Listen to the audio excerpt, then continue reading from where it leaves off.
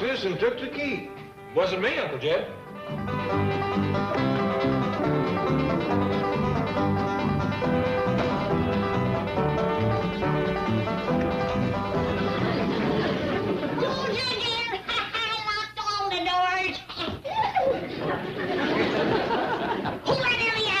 Ellie did. Head her off, Jed. Chase her back this way. Might need your help, Jethro. Yes, I'm Gran. Grab her and hold her, Jethro. Yes, sir, Uncle Jed. Let me go. Jethro, I didn't mean Granny. Oh, I'm sorry. You hollered hold her, and she was the only herder here to hold. Let me catch her. I'm going to kick and break that young'un if it's the last thing I ever do. All right, Jethro, you go through the pantry. Granny, you go around back. I'll circle the house and see she don't get out the front door.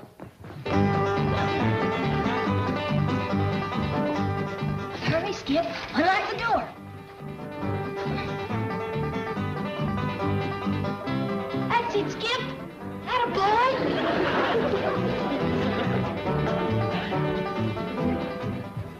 Come on, Skip. Turn the key. I got you trapped now. Right, Skip?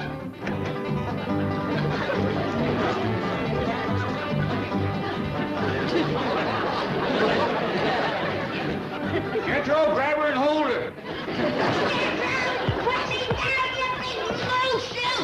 Ellie Mae got away, thanks to you, Jethro. Yeah, you're welcome, Uncle Jed, but I pretty near lost my leg doing it. She made it to the big tree, Jed.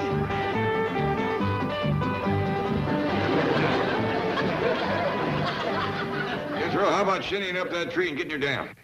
I'd sooner jump into a swamp full of gators. This ain't no time for swimming. Now get on that tree. I'm too young to die, Granny. Granny, the boy has been thrown out of that tree a couple of times on his head. It ain't just that I got to fight Ellie up there in that treetop. She'll have her bobcat up there to help her. A raccoon and her possum and no telling what all. There goes a little ape to join her side. Son of a gun can hang on with one hand and hit you with three. Oh, that you big fraidy cat. I'll go get her myself. No, Granny, Jethro and me will handle it. You just stick around the bottom of the tree and see that no more critters joins up with her. Come on, Jethro.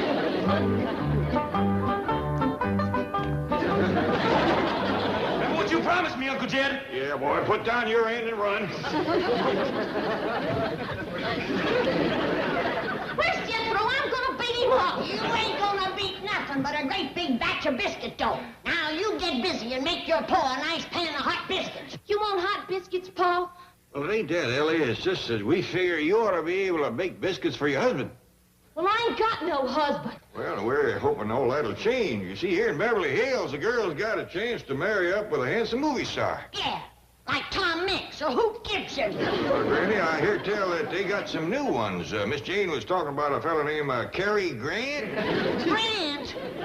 I don't think he's any relation. Now, Ellie Mae, supposing you was to marry up with Cary Grant, and old Cary looked up from the supper table and he says, Ellie Mae, honey, I'm just a-honing and a-pining for some hot biscuits to sop up my red-eyed gravy. What would you say to that? I'd tell him to make his own biscuits the same way he made the gravy, because I can't make that neither.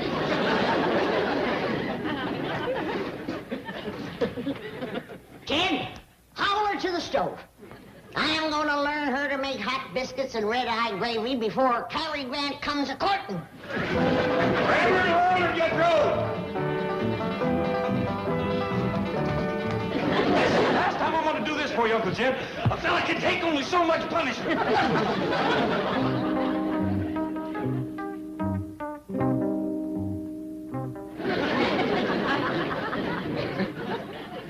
Ellie Mae, looks to me like you might be fixing to make biscuits. I reckon so, Paul.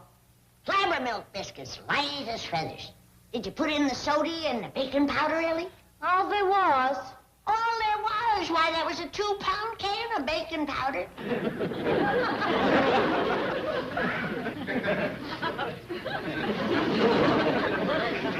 I don't want to worry nobody, but that clump of dough just took a deep breath. He's feeling it says it's baking powder. Look here, Paul, it's grabbing for you. What do we do, Granny? Well, we got two choices. We can either stay here and fight it or get out and give it the kitchen. I'd say let's fight. What do you want to do, Jed? Well, I'm kind of in favor of getting out of here. Well, that gives me the deciding vote. Now, let's see.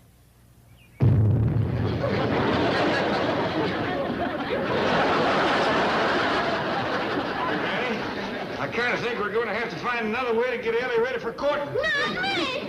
Well, before we do anything, we gotta catch her. She's headed right for the Drysdales. Well, come on. Jethro!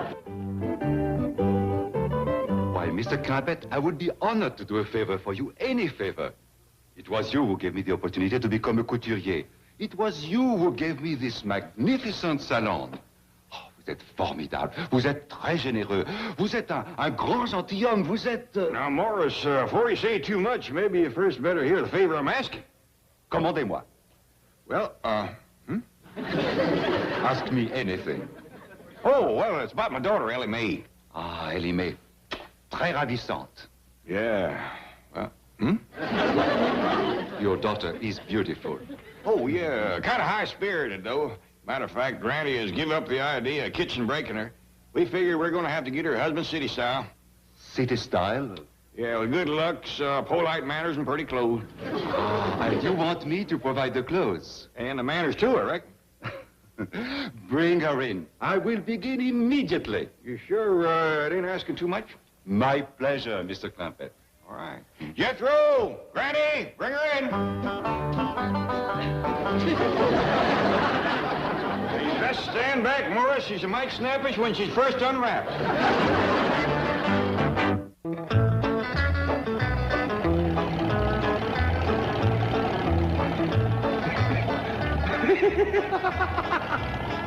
You sitting on a feather or something? No, sir, Uncle. I'm just thinking about what that dress shop is going to look like when Ellie Mae gets done bouncing that Frenchman off the wall. She's going to turn that dude every way but loose. Now, Ellie Mae don't balk at wearing pretty dresses. She done herself right proud in that style show, didn't she, Granny? Yeah, but I still say we should have hobbled her to the stove and learned her to cook. It ain't fitting for a girl to get married if she can't cook. Well, I was talking to Morris about that. He says cooking ain't too important. Especially if Ellie was to marry up with a big movie star like Cary Grant. That don't make sense. You mean to tell me if Cary Grant comes home at night after working hard riding and roping and fighting them rustlers that he ain't gonna be hungry? Well, now, Morris says that some of them big movie stars hire folks to do nothing but fix victuals. Go on. Full-time hired hand just to cook for him? Are those folks made of money? Well, a big star like Cary Grant must make a tolerable living. Hey, Uncle Jed, you know something? I think I'm going to be a movie star instead of a scientist or a brain surgeon. I'd sure like to have somebody cooking for me full-time. What do you think I do? Well, Jethro, if your cousin Ellie Mae marries up with Cary Grant, maybe he'll learn you the movie starring trade. Tickety dog, I sure hope Ellie gets him, man. Well, don't hold your breath. I still say if Ellie can't cook, no man would look at her twice.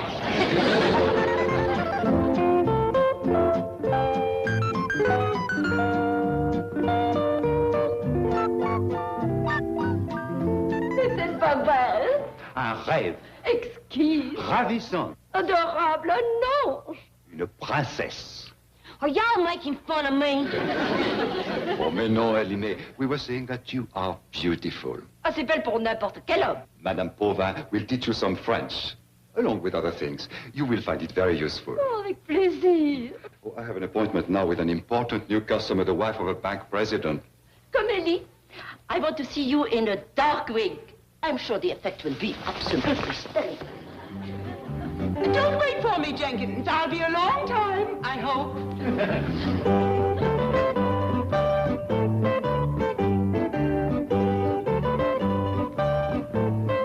Bonjour, madame. I'm Mrs. Milburn Drysdale. I have an appointment with Maurice. I am Maurice. Oh, this is a thrill. I hear your gowns can make any woman beautiful.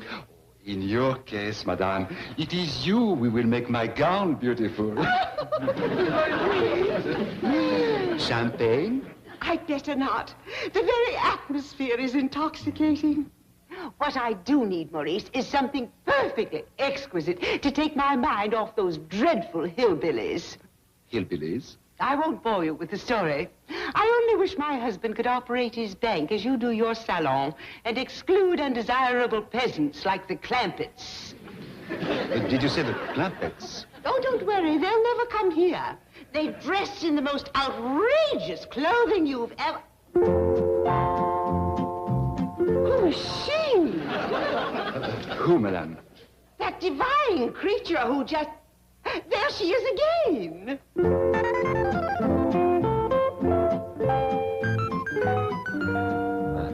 She's a customer. But she must be someone famous. Is she a movie star? No, madame. Who then? Tell me. If I did, you would not believe me. Royalty. I should have known. She has that unmistakable regal bearing. Oh, please, Maurice, tell me who she is. I am sorry, Madame Drysdale, but we cannot reveal the identity of the young lady you have just seen. Pardon, monsieur, téléphone. Excusez-moi. Tell me, she is royalty, isn't she, that lovely young lady? Well, I can truthfully say that I did hear Monsieur Maurice refer to her as a princess. I knew it. This is just too thrilling. Chief, are you sure you're doing the wise thing? Are you kidding? My wife told the chauffeur to wait. She'd hoped she'd be a long time. In this kind of a shop, she can break me. Madame will notice the striking beauty of this gown, matched by her own striking beauty.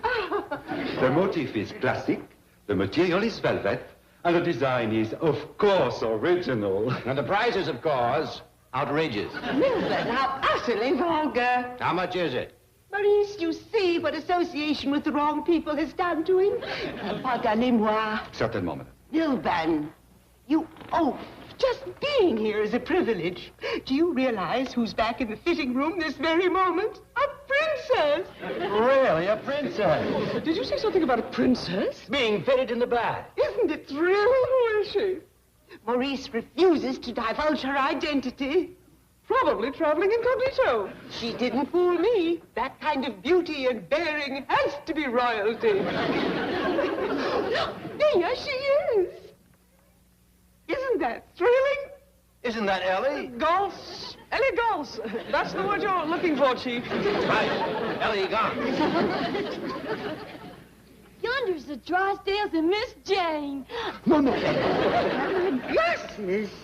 Oh, here they are. Mrs. Drysdale. The princess will think we're tourists. You oaf. Look, you frightened her away. Oh, dear, I'm sorry. But why can't I just go over and say hi to my friends? Well, they'll think I'm putting on airs. Ellie, Madame Drysdale is, how you say, comment dit-on en anglais, poseur? Snob. Oui, snob.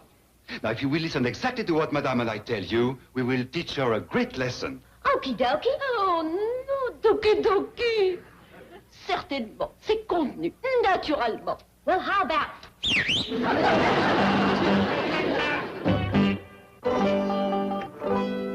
now, Granny, with Ellie down there working so hard at becoming a lady, least we can do is bring her some company so she won't get lonesome. I reckon you're right, Jed. Come on, Jethro, hurry up with that company.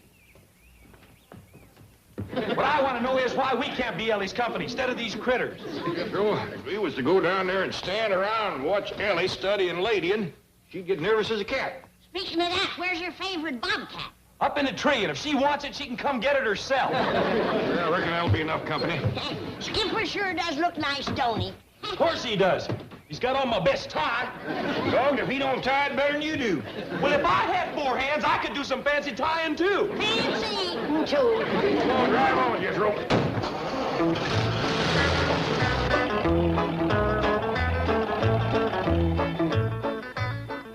Milburn, you bourgeois banker. How can you just sit there when we may be about to meet royalty? I have tremendous self-control. What did you find out? Who is she? Where is she from? Is she really a princess? Can I meet her? Did you speak to her? Drysdale, please. She has agreed to allow you to be presented to her. Oh, marvelous! However, her identity must remain a secret. I understand. international intrigue and all that sort of thing. She will speak to you only through her interpreter. Oh, I must call a special meeting of my bridge club and tell them of this.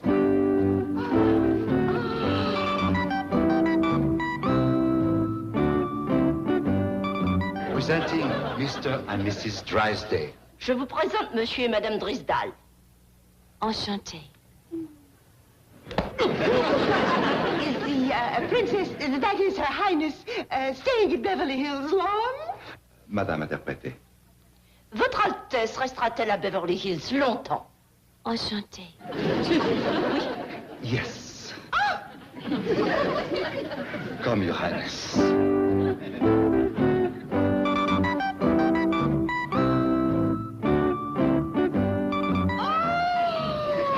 Exciting experience.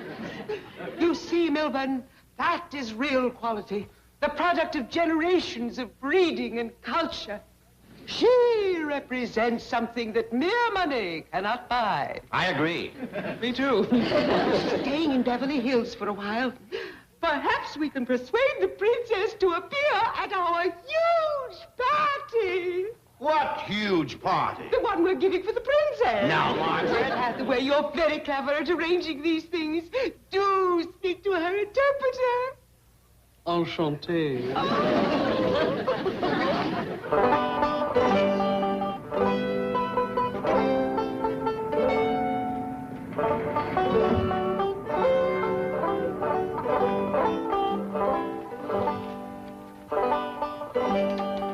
Excuse me, ma'am, but we're looking for my daughter. She's about your size, except she got yellow hair. Well, I'm Ellie. Doggy, that is Ellie Mae. Child, have you had your head up a stovepipe? Why, your hair is as black as soot. I know, Granny. This here's a wig. See? Like this.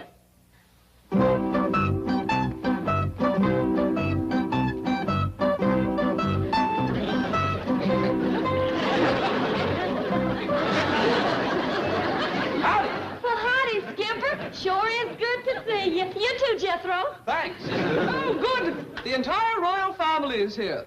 Mrs. Drysdale would like to give a huge party for Ellie Mae. Mrs. Drysdale? She was mad at us this morning. Yeah, we was chasing Ellie, and we cut across her outdoor card parlor, and she got awful riled at us. Come in throwing things at us.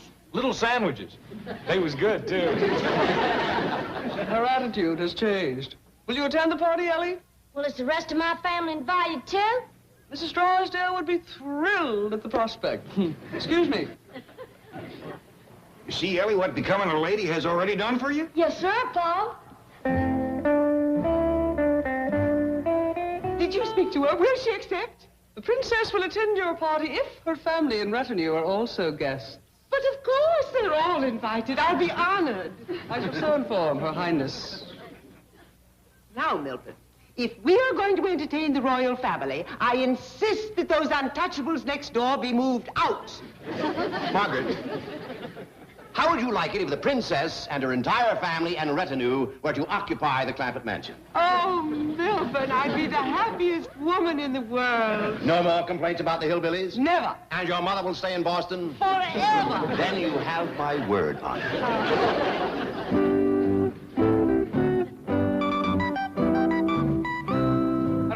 Is pleased to accept. Your Highness. Oh, Miss Drysdale, now that you ain't mad at us no more, we can just cut out all this foolishness of bowing and French talk. We're right obliged for the party invite.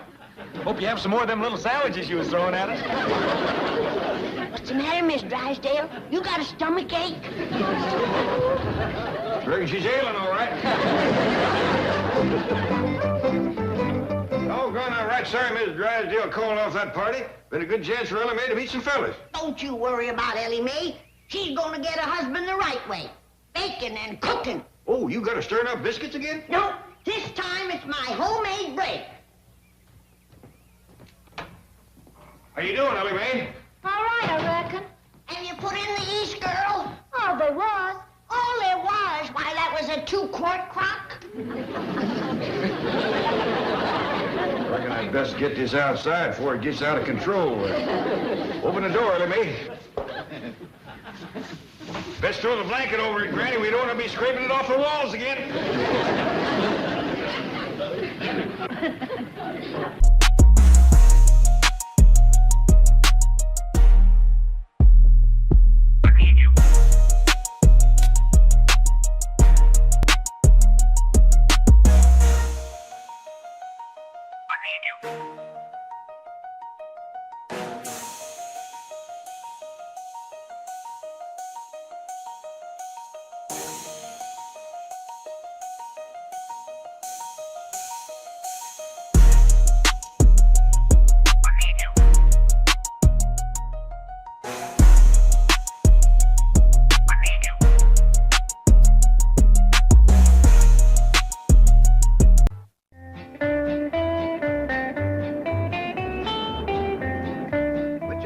You like best for Mr. Clampetts Corporation?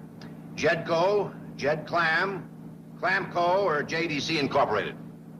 I like Clamco Incorporated. It has a nice sound to it.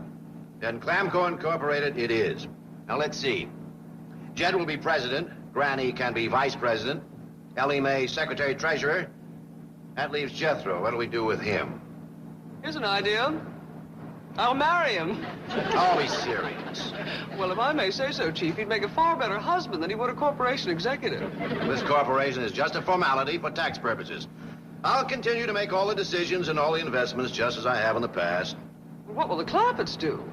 Attend a board of directors meeting twice a year. Slow down, you're coming to the president's driveway.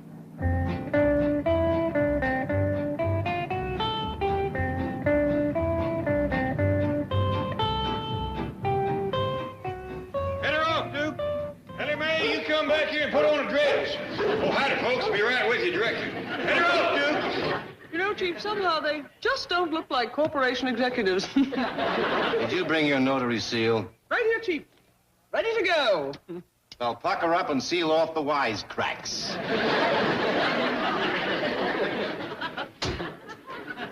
Oh, hi, Miss Jane. Mr. Drysdale. Hello, Jethro.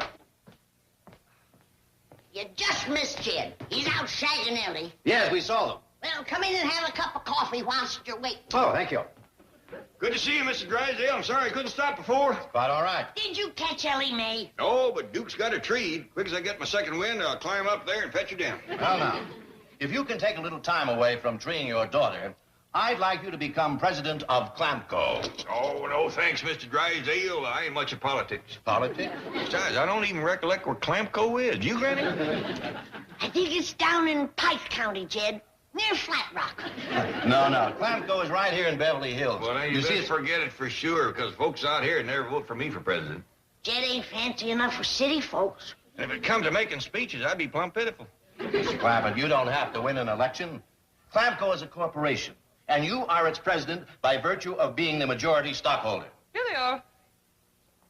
Sit down, Granny. Jethro? You too, Miss Hathaway. I have a feeling I'm going to need all the help I can get in explaining what a corporation is. Well, everybody ready? Yes. Yep. Very well. Start explaining, Miss Hathaway.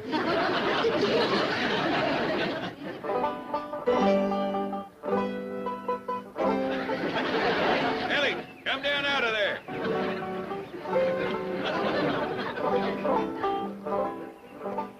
Now, Ellie Mae, it just don't seem fitting for the president of a big corporation to have to get his secretary out of a tree. Who are you talking about? I'm talking about you and me. Now, come on down here and I'll tell you more.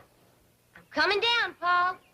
Are you sure enough going to be the president of a big corporation? Mm-hmm. And am I sure enough going to be your secretary, Paul? Ellie Mae, you're going to be secretary for the whole corporation. I'm president, Granny is vice president, and we decided to make Jethro treasurer because he knows so much about ciphering. Are we going to have one of them in their office like Mr. Drysdale and me one like Miss Jane? Well, they didn't say nothing about offices. All we got to do is come to a meeting twice a year. Oh, shucks, that don't sound like much fun. Now, wait, Ellie Mae. We'll get you down out of this tree and into a dress. I'll see to it that we have offices just like Mr. Drysdale and Miss Jane. Well, can we have one of them there dictate machines so you can dictate letters? If it makes you happy, we'll have two of them. We'll both dictate letters. Let's go.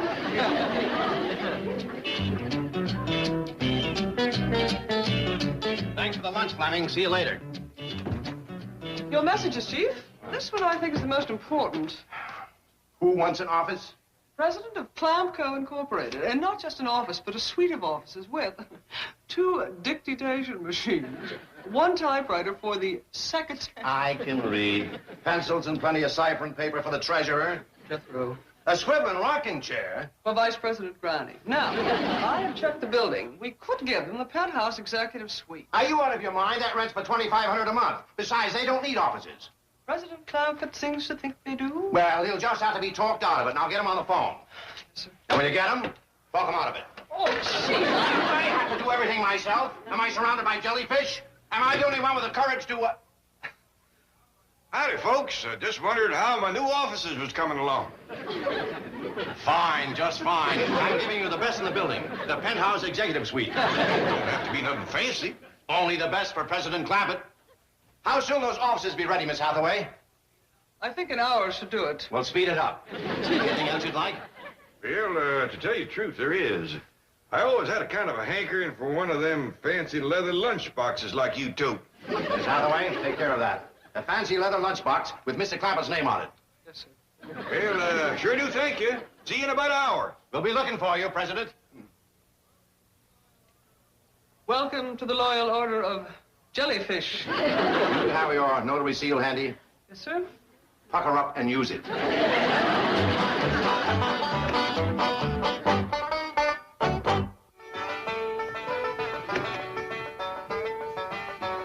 Granny, you are gussied up to a fare thee well. Don't you forget it, boy. I am the vice president of a big corporation. Yes, ma'am. Confidentially, Jethro, what does a vice president do? I ain't sure. Reckon we'll find out when we get down to the office. I reckon. What's that? Well, I don't know. Fella just delivered it for Uncle Jed. Open it up, Jethro. I think I know what it is. Yep. It's my new fancy leather lunchbox. You got my name on it. Owie, ain't that a dandy? Sure is pretty. How'd I look? You look like a big, important corporation president. That's a fact, Jed. You just fill that lunchbox with ham hocks and black-eyed peas and chitlins, and you can hold your own with any of them. I reckon we ought to be getting down to the office. Jethro, you ready to commence treasuring? Yes, sir. I'm going to cipher up a storm. I even borrowed a geometry book. What's geometry? Oh, it's clean other side of arithmetic. It's so deep, even I don't understand it for sure. Well, you can study up on it, Granny. You all set to vice president? Soon as I know what that is, yeah. Well, here comes our secretary. She looks like she's dressed for a dance. Don't say that. At least the way she's wearing a dress and acting like a lady.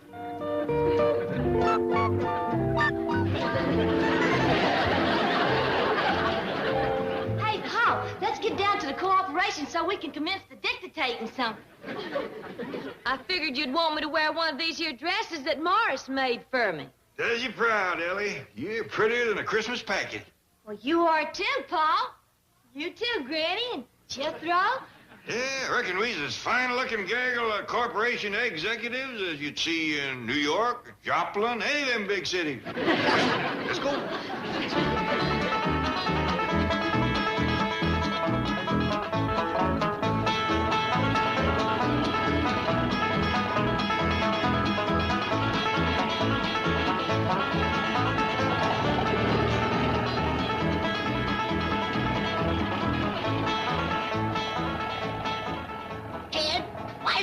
People stopping and staring at us. Well, Granny, I reckon it ain't every day the folks along Wilshire Boulevard gets to look at a whole corporation in one bunch like this. Well, I wish them men would quit whistling at me. Yeah, it is mighty disrespectful, you being a vice president and all. Jed, what does a vice president do? Well, Granny, quick as we get to the office, treasurer will look it up for you in one of them dictionaries, won't you, Jethro? If I can squeeze it in with my geometry. It's awful deep, Uncle Jed. Listen to this. The square of the hypotenuse of a right triangle is equal to the sum of the squares of the other two sides. Doggy, will you listen to that? What does it mean? You wouldn't understand it, Ella May. You're just a secretary. What do you mean? Well, now, let's have no squabble between the secretary and the treasurer. Or you'll get flogged by the vice president.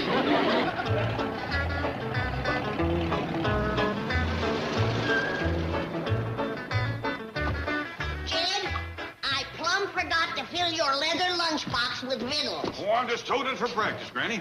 Well, whereabouts is our offices, Pa? Well, Mr. Drysdale's giving us what they call a penthouse. What's a penthouse? I reckon we'll find out directly. Come on, everybody.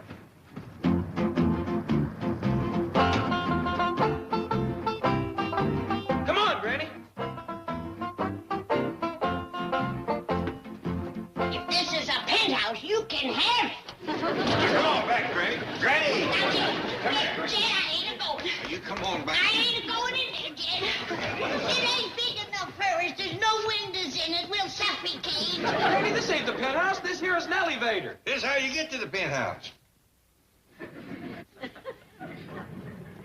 Hell out, this thing grabbed me. Let go of me. You want to revive me, you?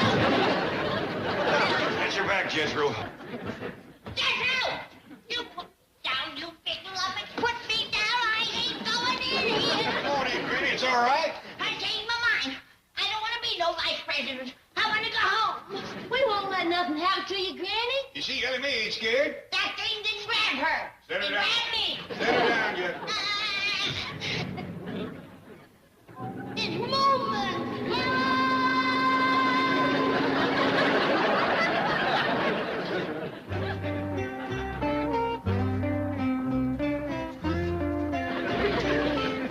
Hey, Granny, why are you staying in there? I'm going back down and get my stomach. Come on now, don't be scared.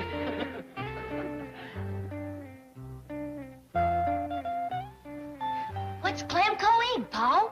Well, Clampco's the name of our corporation. Is we gonna make ink? For all I know, we might be going to make Clampco's. Mr. Drysdale didn't say for sure. Look at Uncle Jed's name written on that door in gold. Jethro, I want you to get a hold of some paint. Put the rest of your names up there, same as mine. We's all in this corporation together. Not me. I quit when I was being yanked up in that oversized well bucket. I guess I can find me some stairs. I'm going home. Look, Granny, don't you want to stay and see your office? No, I don't. But I reckon I ought to stay and see that the rest of you is comfortable.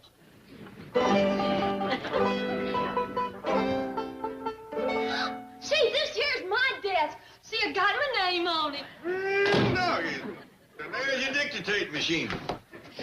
Dictating something, Pa? Well, quick as we get settled and go to corporate, and I'll do that. Hey, Granny, look at here. Vice President Granny. Jethro, Granny says she's done quit. Now, when you take her home, you bring back a can of turps and wash her name off its door. Yes, sir. Now, just a doggone minute. Who's higher up? Vice President or Treasurer? Vice President, I reckon. Well, then there ain't gonna be no treasurer watching off no vice president from no door. Hey, Jethro, come see your office. Got your name on the door and everything. Hot diggity dog. Can't blame you for feeling proud, boy. Here you are, treasurer of a big corporation, not even out of the 6th grade. Well, I'm going to work hard, Uncle Jed. Folks ain't going to say I'm a success just because I'm your nephew. That's the spirit, boy. Get in there and get the treasurer. Yes, sir. Hey, Pa, wait till you see your office. It's a yellow speckled doozy. Private? That means can't nobody come in and bother you. Yeah, let's get that off of there right away. Can't do business without folks can come in and talk to me. Ain't this something, Pa? Sure enough is. Well, there's room in here for all of us. We don't need them other offices. Well, maybe when business gets to going, we'll need 'em. Sure wish Mr. Drysdale would tell us what kind of business we're in. We're up high enough to be in a roofing business. Look down yonder. That's a long jump. I sure hope Granny don't try to leave without finding her stairs. Kid Clampett, I quit. Again? Ain't you happy with your office? I ain't happy with my job. Vice President? That's it. I just had Jethro look up what that word vice means. And I ain't gonna be president of no such goings-on.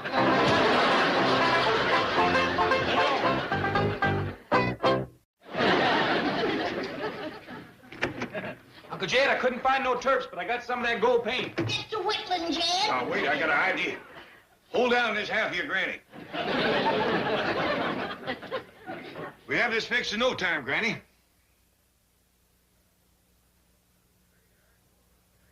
There you are. Nice president. Enemy, you call Mr. Drysdale. Tell him the president, secretary, and treasurer of Clamco Inc. is rare to go to work. doing whatever it is they're supposed to do. That's better. I'll answer that. You get out your notary seal. Hello there, Mr. Drysdale. This here's secretary of Clampco Inc. And the treasurer. And the nice president. And the other president. We's up here in the penthouse raring to go to work, except we don't know what to do. We'd like to talk to you, Mr. Drysdale.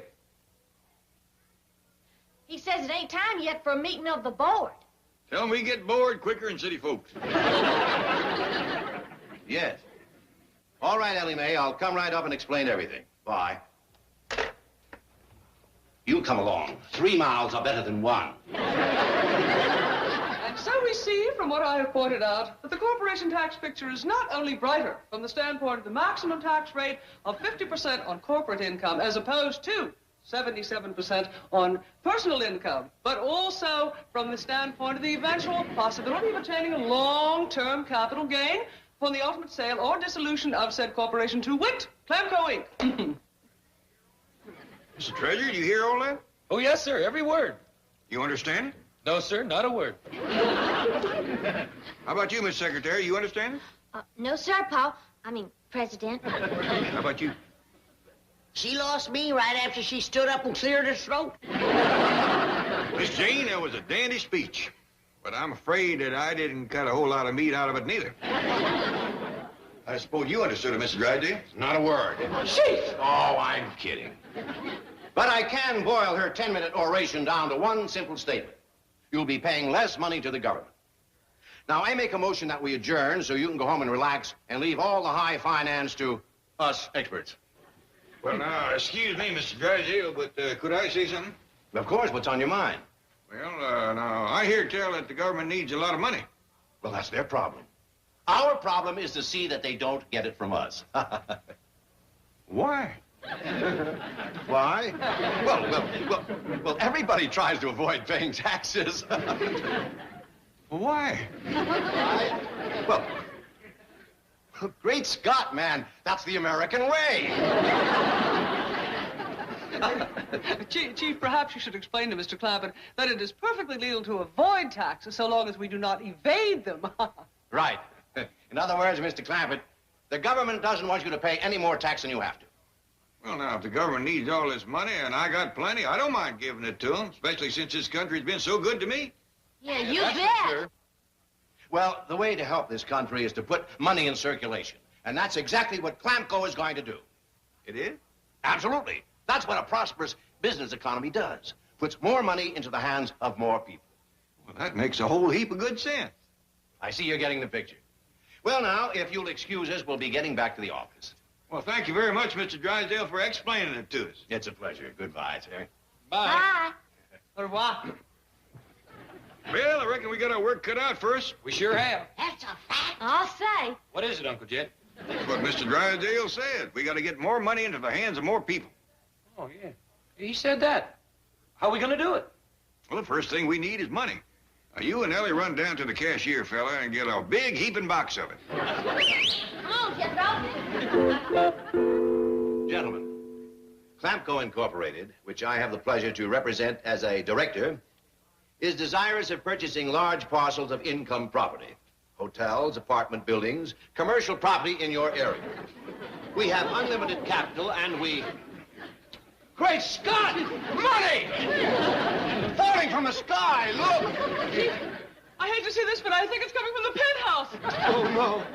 They wouldn't. They couldn't. They would, they couldn't. They are! Fistful of 5, 3 more 20s. Couple of hundred. Hey, wait a minute. Hold on, Uncle Jed. I can't treasure as fast as you're throwing it out. Don't worry about it, Jethro. Okay.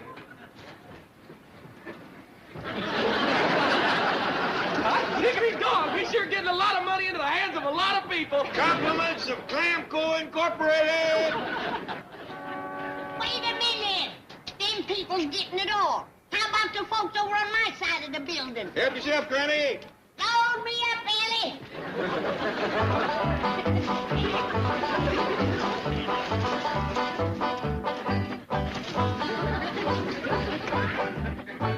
Granny, what's What's going on up here? Prosperous economy. Come help me with my side of the building. Wait. Granny. Granny, stop! You cannot throw money out the window. Not till I get some more. Here's some more, Granny. Step aside, everybody. Grass picking up real good. Spend a box of money, Jethro. Get bigger bills. It makes them much happier.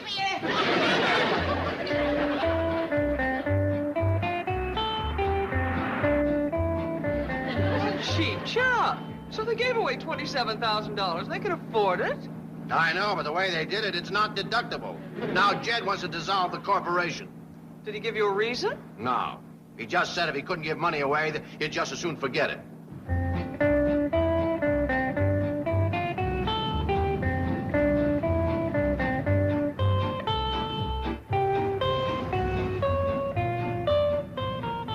Head her off, dude.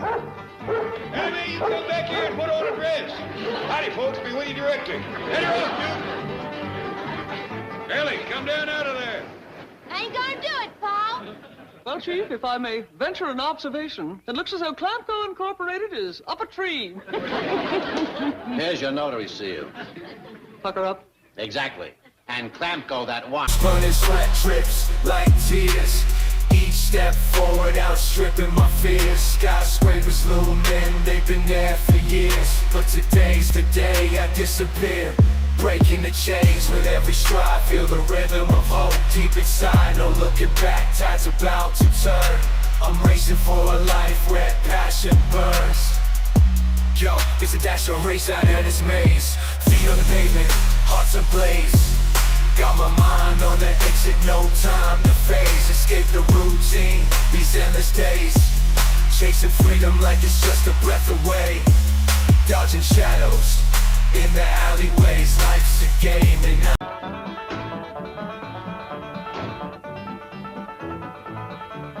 Well, by dingies, young fella, that was a dandy ride. Oh, thank you. Thank you for picking me up. These shoes were just killing my feet. Ain't broke in good yet.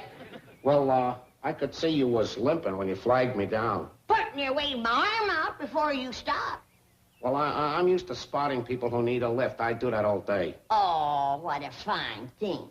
You must be a nice man. Come on in and meet my family. No thanks, lady. I gotta get going. Oh, don't be in a hurry. Ain't near as late as you think. That clock of yours is way fast. Uh-oh. You stopped altogether now. Are you talking about that? Yeah. See, it says 6:30 and it's barely noon. You better get that thing fixed. It's probably a busted mainspring. Lady, that means $6.30. Oh, then forget it. You can get a new clock for that. Thanks again. Goodbye. Hey, but lady, what about the fare? Are you asking me? I sure am. Well, now, ain't that nice? Wait till I tell Jed.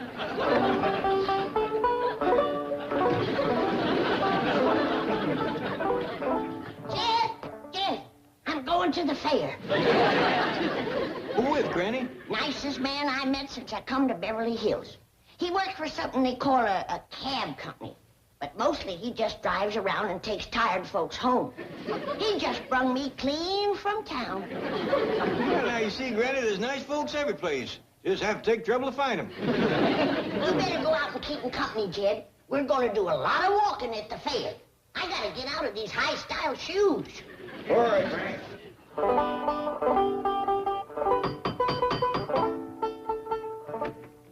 Oh, howdy there. Come in, come in. Reckon you're the young fellow that brought Granny home. My name's Jed Clampett. Oh, hi. I don't believe I caught your name. It's, Burton. Burton, huh? What's your first name? Richard. Mr. Burton. Dick Burton? That's right, and my wife's name is Elizabeth. Well, doggy, Liz and Dick Burton. You know there's another Liz and Dick Burton? No. Yeah, run a feed store back home. Feed store? Been running it for 40 years. Back home, whenever anybody thinks of hogwash, they just naturally think of Liz and Dick.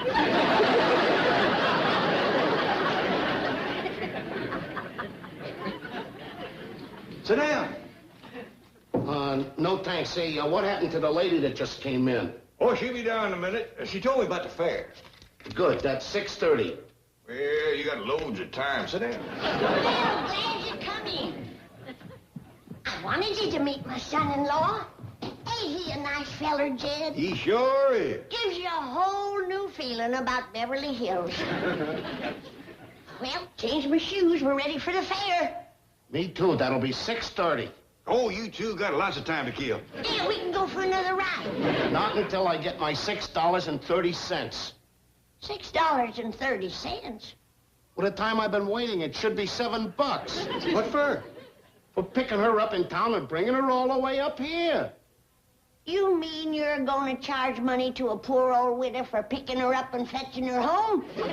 Of course, that's how I make my living. You ought to be ashamed of yourself.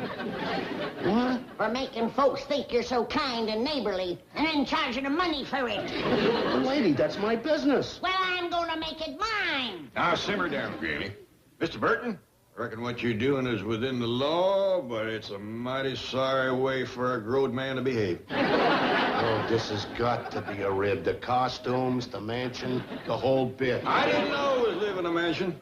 I was born in a little log cabin, but poor as we was, I'd have never took a penny the way you're taking it. Never mind the Gettysburg Address. Just give me my money. I ain't got no money in these clothes. You'll have to wait a minute. You ain't waiting for no money. You have slickered your last widow. Death Row, Ellie Mae, somebody, fetch my shotgun. Hey, look, lady, I'll wait in the cab. You ain't waiting no place. You get off of our property. Not till I get my 6:30. All you're gonna get is 2 12s. I'm going right to the police. That's good. Turn yourself in, and when you get out, try and lead a decent life. Who is he, Granny? A feller that takes money from innocent women. Why, it's a good thing he showed his colors before he got me out to the fairgrounds and filled me up with cotton candy and soda pop. Where'd you meet him? He picked me up in town. Oh, butter wouldn't melt in his mouth. He was so nicety nice. How come he left without his money? He found out he couldn't get his silver without a little lead. Now, Granny, you know good and well you wouldn't really shoot nobody with this. What are you talking about? You know I've smoked the britches of many a chicken thief and revenuer with that gun. Only when it was loaded with rock salt and bacon rind. Well, it scared him good. Besides, it gave the chicken something to peck at the next morning.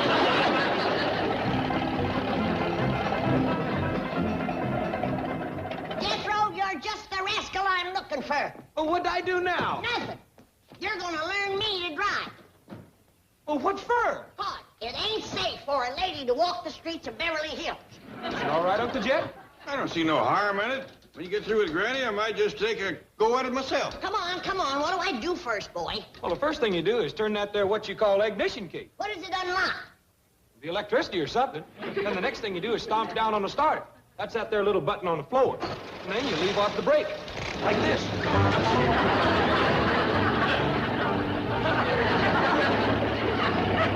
Doggy, she learned quick, didn't she? She ain't learned yet. She had that thing in gear. Hey, Granny, step on the brake! Jethro, instead of standing there yelling, maybe you better cut across and catch her before she gets out the gate. Yes, sir, Uncle Jim.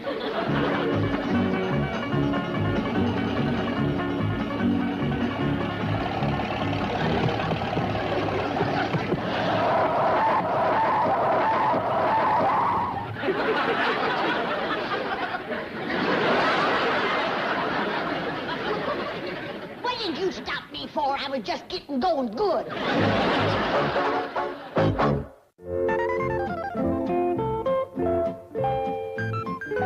Yes, sir, Ellie Mae, you're gonna make some man mighty.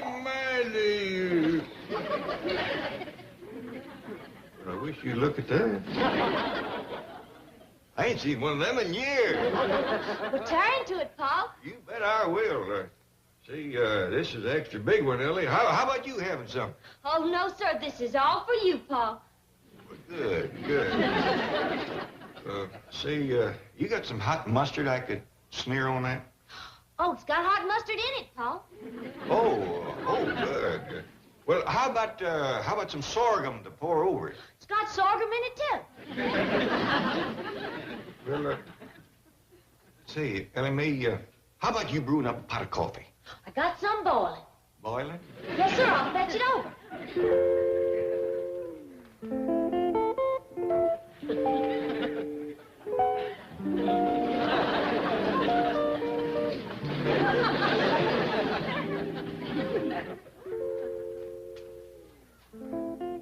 Eat it while it's hot, Paul. When it gets cool, it gets kind of tough.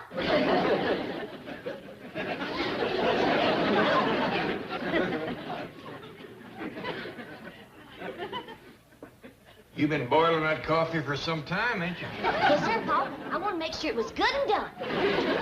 Well, I tell you what, Ellie, now that you cooked me such a fine lunch, why don't you go out and see how Granny's doing with the driving? Well, I gotta feed Skipper and JoJo first. Come on, fellas. Time for lunch. Tell you what, Ellie, let me feed them. You go out and tell Granny about cooking victuals. She'll be right proud of you. Yes, sir, Paul. Here you are, Skipper. Let me see you tie into that. Are you learning to drive, Granny? Been driving for a half hour, nothing to it. Well, let's see you do some. Plain or fancy? Oh, just plain, I reckon. All right.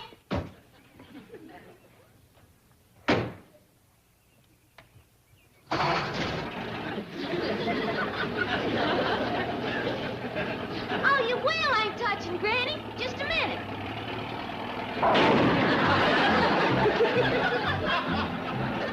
Hey, Granny, put on the brake! Oh, the gas!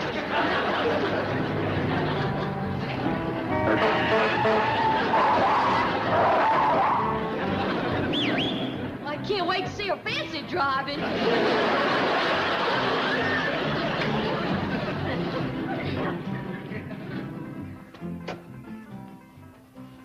Wowie! Who was driving that truck? Hey, you the rascal that was smooth-talking Granny and tried to get her to the fair so's you could fill her full of cotton candy and soda pop. Oh, boy, this has got to be the Beverly Hills Funny Farm. Hey, where are you going? Look, I'm sure you're all harmless, but I gotta find the doctor in charge of this place and tell him that somebody left the gate open and 2 beauties got out. You smooth-talking me. Oh, boy. Look, honey, take me to your keeper.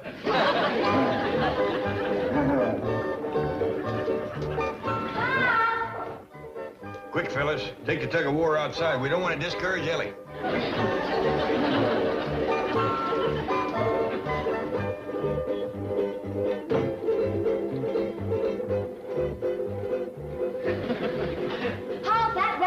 That Granny chased? Oh, I see you ate all your omelette. Omelette? You want to fix you another one? Oh, no. I mean, why don't you try cooking something different this time? Well, to tell the truth, I just as lieve. These here golf eggs sure is hard to cook. Golf eggs? These eggs you used in the omelette? Yes, sir. You'll never crack it that way, Paul. I had to melt these rascals down, shell and all. I think you best throw these out. I don't think they're strictly fresh laid. Yes, sir. Oh, like I started to tell you, that there Burton fella, he's out front. Says he wants to talk to the foreman of this here Skull Ranch. Skull Ranch? That's just what he said. He was talking so funny that I just wouldn't let him come in the house. Good girl, Ellie. All right. You can take Jethro bird watching this one time. But from now on, concentrate on Ellie Mae. Very well, Chief. You're the doctor. Oh, hey, Doc, you're just the fellow I'm looking for. A couple of your guests just checked out of your ha-ha hotel. What are you talking about? Oh, the doc will know what I'm talking about. Hey, look, Doc, you know that little one called Granny? Yes, what about Well, her? someone left the gate open and she went tearing out of here about a mile a minute, driving an old truck. Granny driving? She doesn't know how to drive. You're telling me she almost creamed the side of my cab. Anyway, get on the phone to the police. Explain the situation. Ask them not to arrest Granny, just to stop her and bring her back here. Right, Chief. By the way, what are you doing here? I tried to collect some cab fare from Granny, but... Granny called a cab? No, I was cruising in town, and she was walking along the curb and waving and yelling at cars, so I picked her up. I thought she was a little peculiar, but I didn't think she was from this place. And when I asked for my fare, she chased me out with a shotgun. Oh, I'm sorry. Hey, it's none of my business, but should they have guns? No, they shouldn't, but I try to humor them. How much was the fare? $6.30. Here, 10. Keep the change. Oh, thank you very much. Excuse me, Chief. I have alerted the police. They have issued an all-points bulletin. Granny will be intercepted and escorted home. Good. Well, if Granny's gonna drive in here, I'd better move my car. Hey, me too.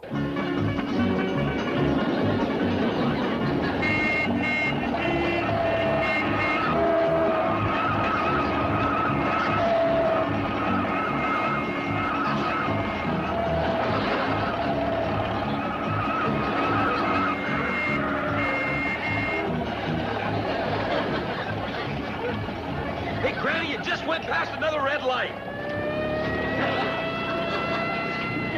Don't worry about passing them red lights. He's catching up with us.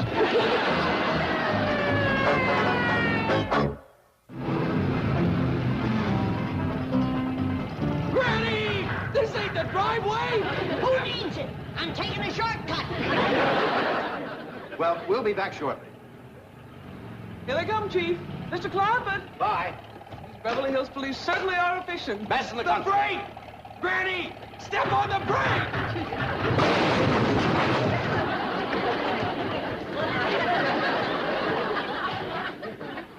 Jethro, you ought to learn your granny to park out front like you do.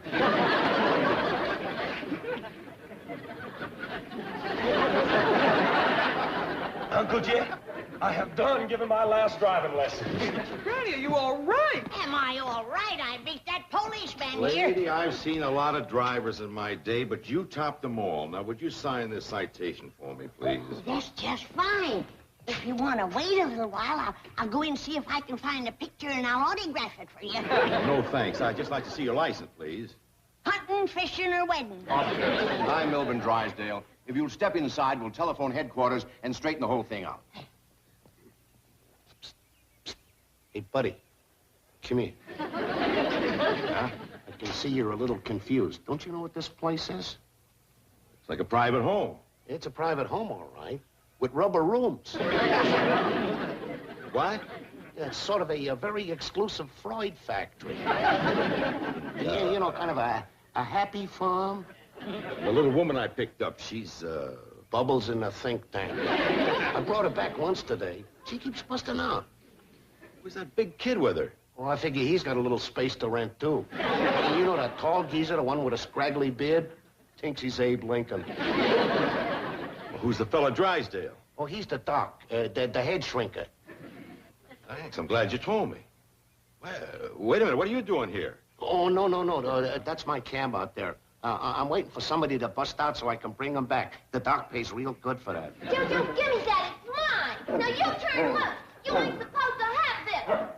Well, there's another one. Yeah, she's trying to get away from the dog. It's like a piece of rubber. Probably wallpaper from a room. Jojo, you come back here. Jojo, bring that back.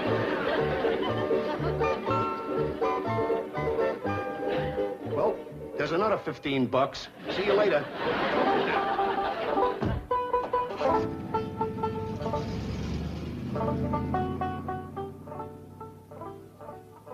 Glad that rascal's gone.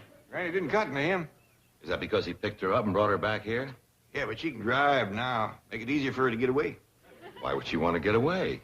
Well, it ain't much fun being cooped up in here all day. I can tell you that myself. Let's put it this way, if you're going to be cooped up, this is a beautiful spot for it. Yeah, it's nice, all right. You know, I was born and raised in a little log cabin. Really? Yeah. Moving into here was like moving into the White House. Tell me, this little old log cabin you were born in, was it around here somewhere? Oh, it was way back in the hills, right smack in the middle of the woods.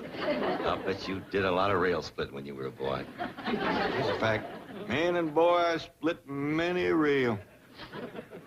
Did you read by the light of the fire? When I could find something to read. I used to have to walk 10, 12 miles to borrow a book. And I'll bet you were always honest and returned it. You betcha. Officer, can I see you for a moment? Be right with you, Doc. Excuse me, Mr. President. Yeah, reckon he heard about my corporation.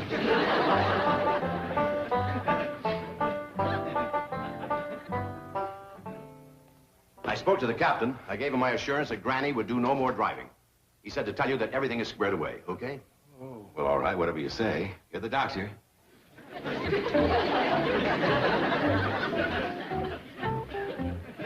Where do you think you're going?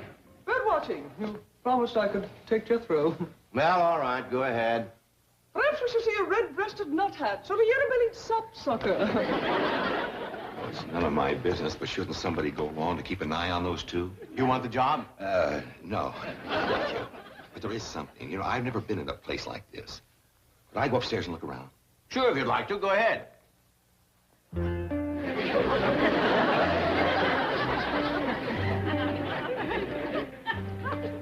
On a second thought, I'm due back at headquarters. So long, Doctor. And you too, fella.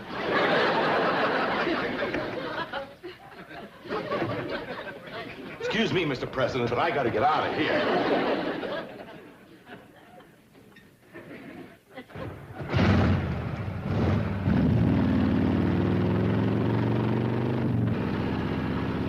Hey, where are you going? I'm taking the shortcut. Like Granny opened up a new road.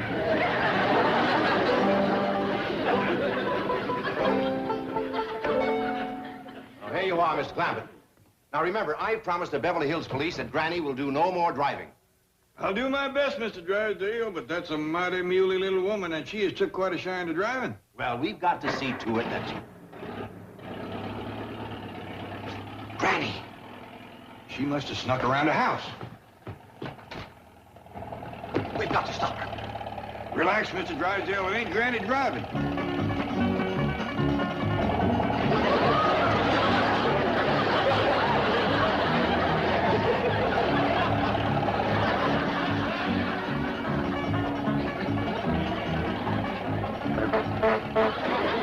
Spunky little fella. You couldn't get me out in that traffic for money.